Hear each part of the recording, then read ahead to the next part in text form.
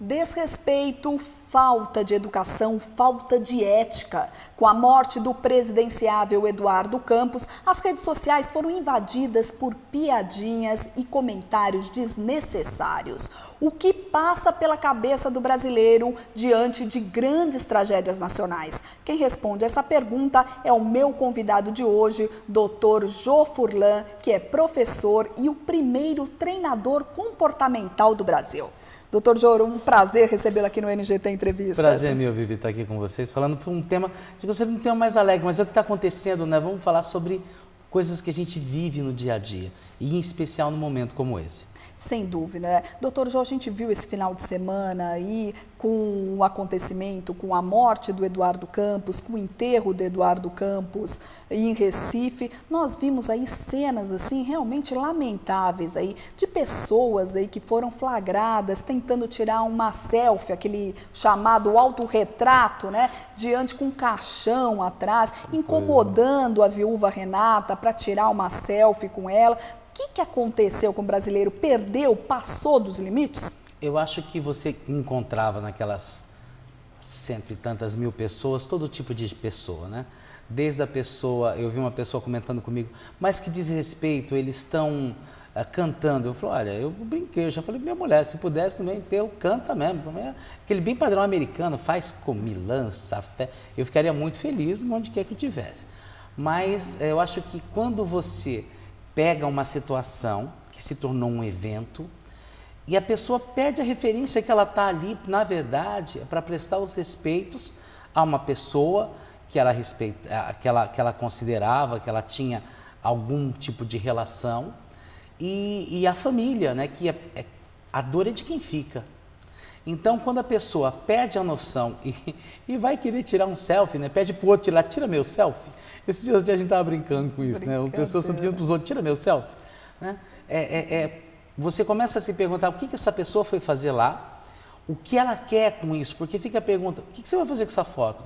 Você vai estampar lá, ó, eu estava lá no velório do Eduardo Campos, eu tirei um selfie com a Renata no momento de... Sabe, é que quando você veicula... Você imagina que a Renata, foi tão falado da Renata e dos filhos, que se tornaram pessoas comuns na vida, né? Então você fala Renata, não é mais Dona Renata, né? Não era provavelmente antes, né? O brasileiro se sente íntimo da situação. Íntimo, porque o raio-x da história dos filhos se tornou uma coisa do comunicado, da mensagem que os filhos gravaram para o pai no Dia dos Pais, que era próximo ao aniversário dele. Quer dizer, você foi bombardeado com uma gama tão grande de informações que você sentiu íntimo da pessoa. Você sentiu, eu estou em casa. Renata, vem aqui tirar uma foto comigo, vamos, sabe? E muitas vezes as pessoas pedem exatamente essa referência e o curioso é isso, talvez existam pessoas que tenham feito por má fé. Aquela pessoa, deixa eu espizinhar, deixa eu mostrar. O pior é que a maior parte das pessoas fez sem perceber, quer dizer, foi natural. Foi né? natural, Foi natural. Senhora... Isso que assusta. Doutor Jô, porque na verdade a gente vê assim, né, que com a superexposição aí nas redes sociais, né, a gente estava comentando, né, a pessoa chega num restaurante, ela faz check-in da onde ela tá e tal, então tudo é minuciosamente aí deflagrado nas redes sociais, né? Então a pessoa acha natural, então ela tirar uma foto com um caixão ou incomodar a viúva. Se sentiu em casa fazendo isso? Sentiu em casa. A pergunta para mim fica assim, o que efetivamente eu quero com isso? Eu quero registrar o momento, porque hoje o que a gente... Eu costumo brincar, o meu hoje presente... eleito para dar para as pessoas em geral é porta-retrato digital. Eu sou do tempo que a gente viajava nas férias e levava um filme de 24 e 36 poses quando tinha um pouquinho mais de dinheiro, né? Então você escolhia os momentos de tirar, você não, mas você escolhia os momentos, então você tinha um albinho da foto das férias, né? De uma viagem que você fez. Hoje você tem a quantidade tamanha de fotos que recentemente estava vendo com minha esposa, falei, olha quanta foto linda a gente não vê mais. Não vê olha, mais. Eu tinha esquecido isso. E com um porta-retrato eletrônico, não é nem mexer, mas você carrega 1000 fotos, 800 fotos, cada porta-retrato. E você começa a relembrar isso. Poxa, porque você começa a acumular uma quantidade tão grande de informação e você não registra. Por quê? A nossa memória está muito vinculada à intensidade do momento. né? A fixação da informação depende do vínculo emocional, da repetição da informação e do grau de relaxamento. Se você parar para pensar que final de semana a gente está mais relaxado, a vinculação emocional por toda a dor, e aí? Né? Como ficou esse momento? Quer dizer, mudou a campanha, mudou a perspectiva, você vem há 2, 3 meses acompanhando todas as preparações e tudo muda, né? Não tem como você não querer falar, porque tudo mudou. E se repete a informação. Então, o grau de fixação das pessoas é absurdamente alto. E isso gera essa sensação de intimidade. E as pessoas, a falta de MBS, né? Manual do Bom Senso. Né? Porque falta aquela coisa de, não, eu vou tirar um selfie aqui. Falta cutucar o caixão, sorrir. Né? Né? É absurdo isso. Eu perdi pessoas da família recentemente e eu cheguei a me questionar, poxa, eu tiro uma foto? Aí eu parei, né? Mas será que eu quero guardar? Eu perdi minha mãe. Será que eu quero guardar essa lembrança? Poxa, mas ela está tão serena, mas será que... Não quero. Ótimo. Né? Mas como médico eu aprendi que era muito importante celebrar o luto, né? Sentir o luto, identificar a perda, para você poder fazer essa transição. Então, as pessoas, você observou pessoas que não tiveram respeito ao momento, respeito à morte, respeito à família, e que é o seguinte, vai ter enterro do Eduardo no domingo, oba, o passeio do domingo, vamos lá, eu vou registrar o meu, né? Não foi pela homenagem ao Eduardo, eu diria que foi muito mais pelo evento que foi instalado, a família procurou compartilhar isso, a família optou por não ter nenhum momento reservado, quer dizer, a disposição que eles tiveram, a coragem que eles tiveram de compartilhar publicamente isso, é uma coisa que impressiona. Sem dúvida. Sabe, é uma coisa que impressiona. Não, porque é uma questão... Não é, porque nessa hora é muito forte, é muito intenso. A família quer ficar sozinha, a família, né? Você tem um momento que você quer compartilhar com as pessoas mais íntimas, e eles tiveram ali a disposição. O Brinco não tem campanha que convença uma mãe a expor os filhos a isso. Eu acho que foi uma escolha, é o que ele gostaria. Sem dúvida, né? É isso então, mesmo. Respeitar a vontade desse ente querido nesse momento, por mais que eu acredito que tenha sido extremamente doloroso, aí chega uma criatura e vai querer tirar uma foto. Né? Vamos tirar juntinho aqui um selfie. Porque acha natural e ainda quer que a pessoa dê risada, né? Para não estragar seu autorretrato. Por que você estava de cara feia? Puxa. Não, a gente é alguma coisa tão bizarra, né? Que a gente tem que acabar rindo, porque... Sem dúvida. Né? Como assim, bizarros também foram todo tipo de comportamento nas redes sociais, porque já vem ali, eu estou falando das memes, né? Que assim que surge um acontecimento, agora as memes invadem as nossas redes sociais, e vinha já da Copa do Mundo, num clima alegre e tal, e de repente, com a morte do presidenciável aí, Eduardo Campos, voltaram as memes, e memes atacando aí a presidente da República, e memes...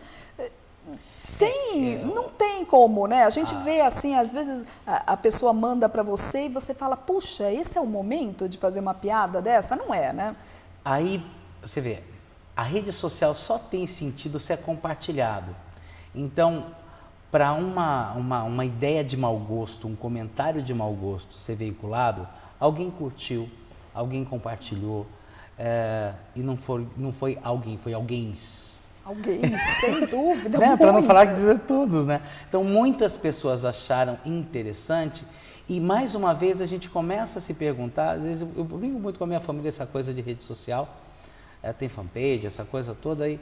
Falei, gente, presta atenção, rede social quer dizer a rede pública, todo mundo vê. Então você tem que tomar muito cuidado com o que você diz, com o que você posta, com o que você fala, porque amanhã a empresa olha isso, né? As pessoas vão, poxa, como uma pessoa comenta alguma coisa de tamanho mau gosto, né? E você compartilha, e quando você compartilha, você endossa. Quando você compartilha alguma coisa, você endossa, olha, eu gostei disso e quero compartilhar com os meus, sejam 50, 500 ou 5.000, isso. E muitas vezes uma pessoa mais diferenciada compartilha e estimula. Ah, se a Vivi compartilhou, não é o caso, tá, gente? Mas, né? Se a Vivi compartilhou. Então você que compartilhou, fica a pergunta. Né? Por que você compartilhou? Será que era o momento? Será que talvez não era a hora de você estabelecer um momento de dor, de respeito? Né? Se fosse alguém próximo a nós, né? Talvez eu tenha ficado muito mais sensível, né? Alguns amigos, você está muito sensível, até por ter perdido várias pessoas da família num curto espaço de tempo, por uma série de circunstâncias, né? Mas talvez eu tivesse tão mais próximo, eu sou médico e não tinha perdido ninguém tão próximo, então esses últimos 2 meses e meio me fizeram refletir muito sobre a morte, a perda, o caminho, de luto, o momento, né? O momento de luto. Para você ter ideia, quando minha mãe faleceu, a gente só coloquei assim no meu Skype, que tem centenas de pessoas, luto. Então, muitas pessoas colocaram, eu já tinha uma mensagenzinha padrão, tal, mas eu só estou dizendo que mais do que nunca eu não vou responder ninguém, por toda essa transição, né? Senão, eu corro o risco de ter por ser uma pessoa que tem uma certa exposição, de também virar a fazer da morte da minha mãe evento, né? Porque a gente adora ser massageado, a gente adora, poxa, que pena, tá, né? Mas será que é a hora, ou é uma hora de você parar, respirar fundo, né? Então, se a gente sente que perdeu um líder, né, uma pessoa que trazia a possibilidade de renovação, para aqueles que eram adeptos dessa linha, eram correligionários, né, eles se sentem órfãos. Né? Então, a dor é uma dor intensa, por quê? Porque uma campanha é uma coisa que envolve uma crença muito forte. Sem dúvida. Né? Uma crença em alguém. Né? E eu acho também, doutor Jorge, a gente estava comentando até que o senhor fez aí uma comparação ao enterro de Tancredo Neves, né? Eu acho que, na verdade, como um dia antes ele tinha falado uma expressão forte no Jornal Nacional, que eu não vou desistir nunca do Brasil, quero mudar o Brasil, eu acho que esse lema acabou aí contagiando as pessoas no mesmo, até no mesmo sentido ali da morte de Tancredo Neves, que era aí um mártir que ia mudar o Brasil. Talvez Eduardo Campos tenha se transformado nisso, né? Puxa, é uma liderança jovem e tal, olha, talvez mudasse o Brasil, né? Será que... A exposição, a voz a ser ouvida, a voz que estava se fazendo ser ouvida, se não fosse nessa eleição, não vamos olhar números, mas vamos olhar que era um cara, eu tenho 47, vou fazer 47, se não me engano ele tinha 49 anos. 49, né? Isso. Então, era um político extremamente jovem, com uma carreira extensa, vindo de um DNA do Arraes, que eu sempre respeitei muito. Então, não vamos discutir política, mas era uma liderança que cada vez ia se posicionar mais. Então, era uma pessoa que cada vez ia fazer com que suas ideias fossem cada vez mais ouvidas. E quando ele profere uma frase que, como que é desistir do Brasil? Né? É uma frase que, para mim, por exemplo, que vivo um mundo corporativo o tempo todo, com desânimo, essa coisa toda que a gente sente, essa frase é uma frase que estimula. Né? Então, as pessoas que estão cansadas, é uma frase que renova o espírito, né? É uma frase que toca o coração da gente. Talvez ele não pensasse, talvez, no próprio circuito, no andamento da entrevista, foi uma coisa que fluiu, não era uma coisa que tinha sido exposta antes, então não acho nem que tenha sido uma coisa muito pensada, não vou dizer, mas a expressão disso, a intensidade com que isso foi dito, né? Com o grau de convicção que isso foi dito, e a partir daí a ausência dele, isso não é um cochicho, né? Não é um burburinho, né? É um grito que ecoou os 4 cantos do país, né? E que acredito que, menos do que eu tenho acompanhado recentemente, vai ser muito utilizado na própria estratégia de campanha. Não, sem dúvida, né? Porque a gente vê, né? O primeiro reflexo disso foi na primeira pesquisa aí do Datafolha, que divulgou ontem, segunda-feira, divulgando aí a pesquisa Datafolha, que põe Marina de 8% como vice, né? Eduardo Campos tinha 8% das intenções de voto, subiu aí para 21%, empatando tecnicamente aí com Aécio Neves do PSDB. Mas isso é um fervor do momento também, você não acredita nisso? A pessoa, os brasileiros se sentiram órfãos dessa possível liderança que 20% mudaria o Brasil. Foi o índice que a Marina atingiu na última eleição, né? Que ela evoluiu muito no último mês, aquela história toda. O que eu percebo é que agora a gente vai ter, esses 21% são reflexos de um momento? São. Né? Teve uma grande exposição de mídia. Eu acho que agora, com o início da campanha, eu achei muito interessante que, dentro dos comentários que a gente foi acompanhando, o primeiro programa era a Marina apresentando o Eduardo, porque o Eduardo, eu viajo muito para o Nordeste, é uma figura muito conhecida no Nordeste, mas para o resto do país ainda era uma pessoa, quem é Eduardo Campos? Sem dúvida, né? Quando o Eduardo Campos veio aqui no NGT Entrevistas, da entrevista, eu lembro que o assessor de imprensa, a maior preocupação dele era justamente essa, que eu conduzisse a entrevista para apresentar o Eduardo Campos para a região sudeste do país. Exatamente. Então, a gente que viaja, vê toda a estrutura, como ele era querido, como ele era respeitado, né? Eu estive em Recife, viajo fazendo evento, viajo fazendo palestra, então, cada 2, 3 meses eu tô em Pernambuco. Mas, quando você olha o contexto inserido, então, a Marina que teve a ousadia, né, de, olha, eu vou aceitar ser vice, né? Mas vai apresentar isso, a loucura que vira esse mercado. Eu não queria ser marqueteiro de campanha nenhuma, porque por mais que eu seja especialista em comportamento, você não consegue imaginar como fica para as pessoas, né, o que é o vínculo do Eduardo, o que é o vínculo da Marina, o que é a mensagem da presidente, porque fez parte do governo por muito tempo. Então, eu acredito que agora, ao menos, se a gente parar para olhar dado específico, a Marina terminou com 20% na última eleição. Ela agora está com 21%, com uma hiperexposição e com um fator emocional da morte do Eduardo. Eu acho que a tendência é que a Marina cresça. Diria para você como o apelo, o latino, o brasileiro é muito afetivo, o brasileiro ele tem muito esse gancho emocional, né? Ele é muito emocional. Então, dependendo de como for conduzida a campanha, eu acredito que isso vai reforçar. O detalhe, o risco, Vivi, é que se for em excesso, né, perde a mão. É mais ou menos aquela coisa que o que é o suficiente? O que é o suficiente para eu manter a ideia do não vou desistir do Brasil? O que é o que é necessário para a veiculação das ideias do partido, né, do candidato Eduardo e da candidata Marina? Então, eu acredito que o desafio a ser estruturado agora é muito grande. Agora, que se o Eduardo Campos e a Marina representavam renovação, eu diria que hoje o Eduardo é o anjo da guarda da campanha da Marina. Falamos aí da comoção nacional que gerou a morte do Eduardo Campos, mas voltando aí ao comportamento das pessoas, né?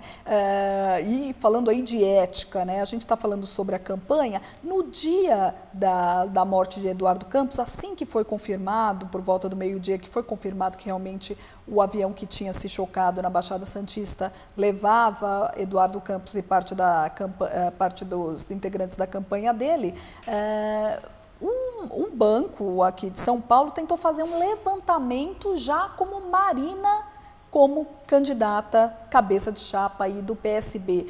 Faltou sensibilidade? O que faltou?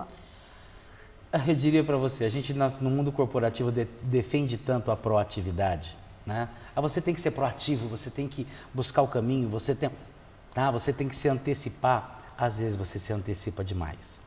O interessante que eu achei é que eu vi assim, um relato de pessoas que simplesmente desligaram o telefone, falaram, olha, não é o momento para eu responder uma pergunta como essa, e desligou o telefone. Alguém teve a grande ideia, poxa, vamos chegar, né, vamos mapear isso daqui.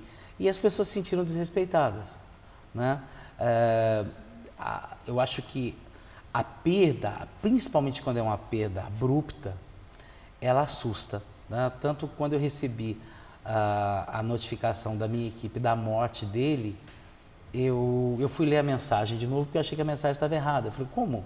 Eu estava ouvindo o jornal enquanto escrevia de manhã e eu vi desse acidente, né? E se acontecesse, quer dizer, e eu tinha ficado 2 horas em reunião. E essas 2 horas em reunião foi o tempo de 2h30 eu chegar, né? E ninguém atendeu o celular, ninguém foi notificado nessa reunião, né? Todo mundo com o celular desligado, né? Eu fui pego de surpresa. Imagine a pessoa que às vezes nem está sabendo ou acabou de ser e alguém liga para você, e aí, o que você acha? Em que você vota agora? Para, né? Que diferença faz para você, né? Se o voto é secreto, eu não quero declarar a minha intenção de voto, agora a gente tem que ter respeito.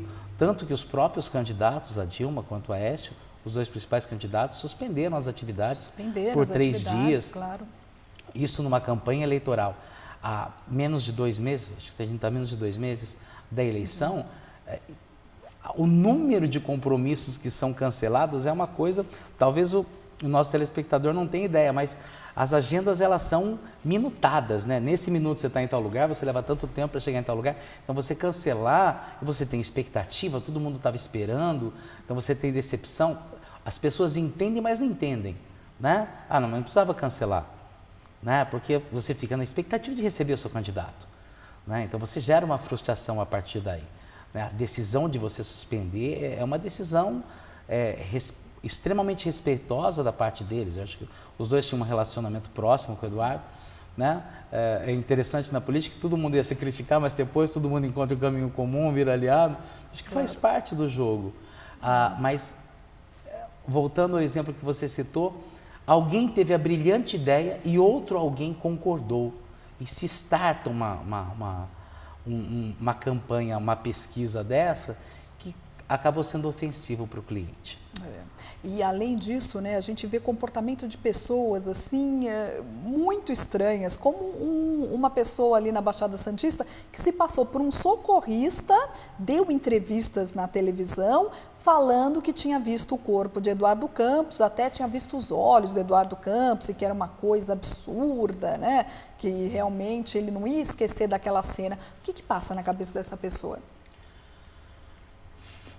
Eu me recordo durante aquele evento na África do Sul, que o especialista em Libras, na verdade, não estava falando nada com nada. Né?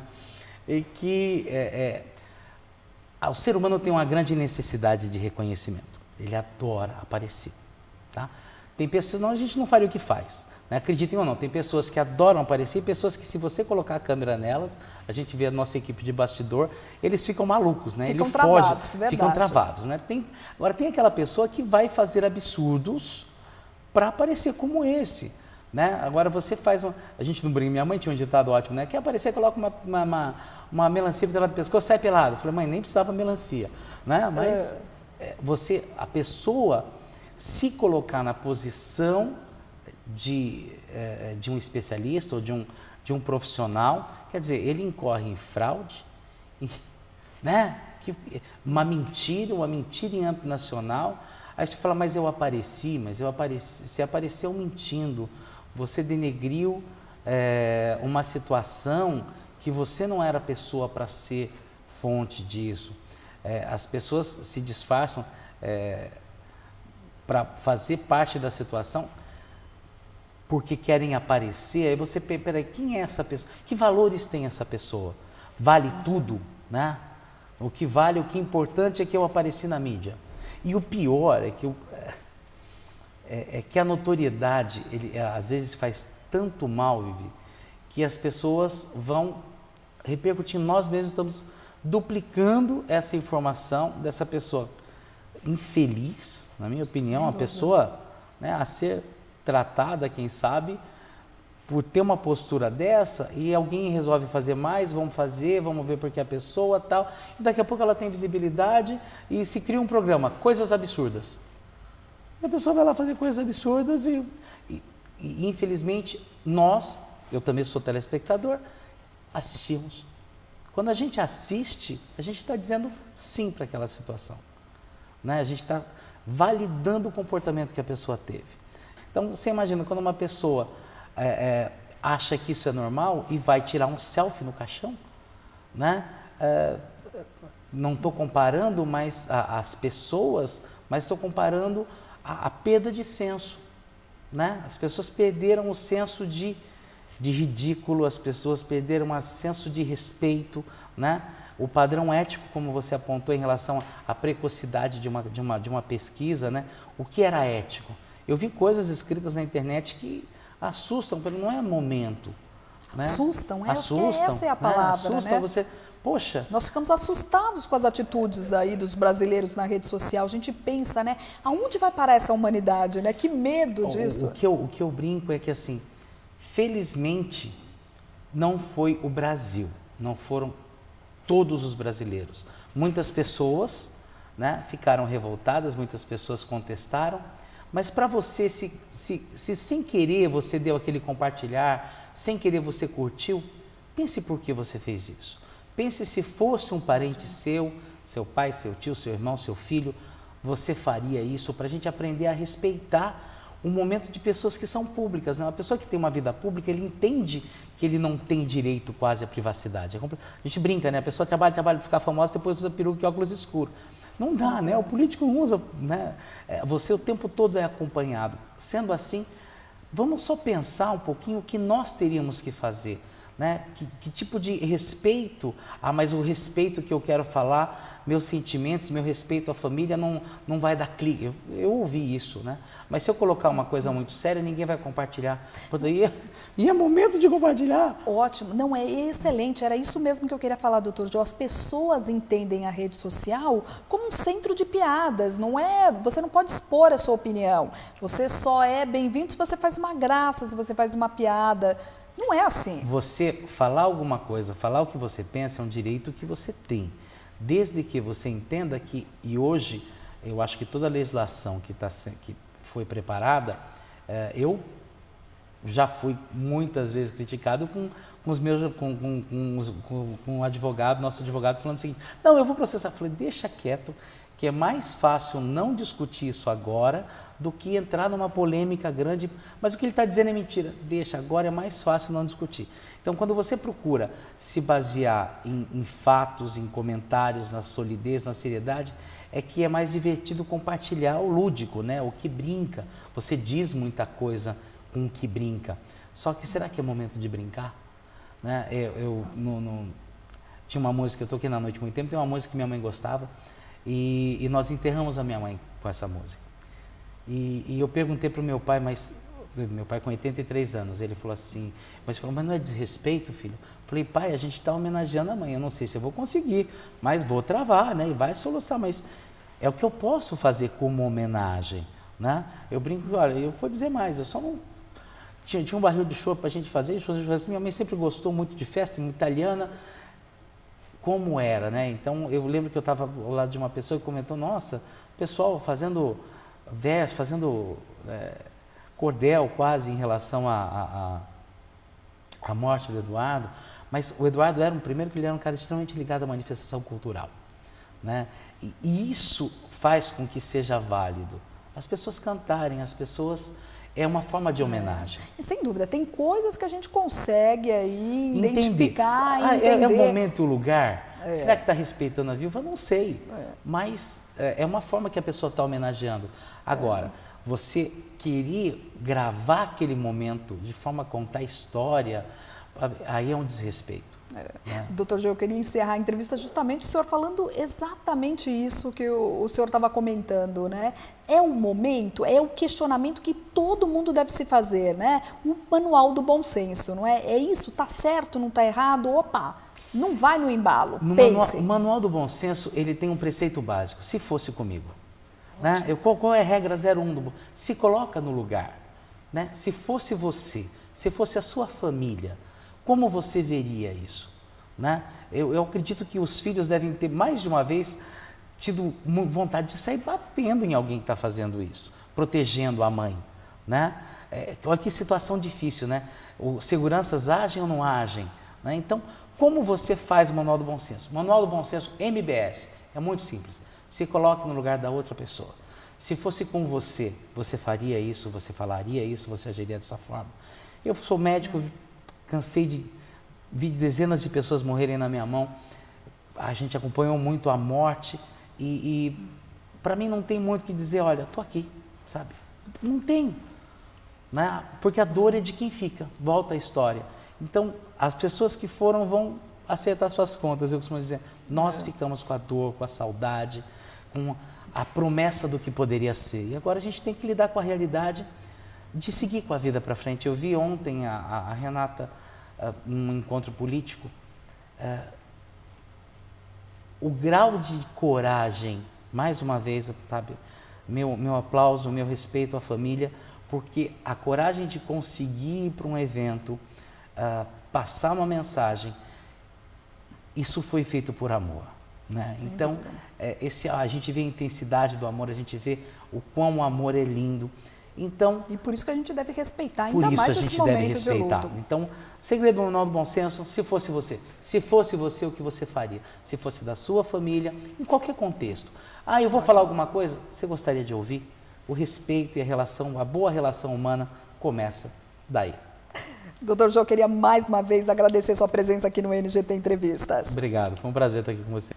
Esse foi o Dr. Jô Furlan, que é o primeiro treinador comportamental do Brasil, falando aí sobre a posição dos brasileiros diante de grandes tragédias. O NGT Entrevistas fica por aqui. Muito obrigada pela sua participação e eu te aguardo na próxima edição. Até mais!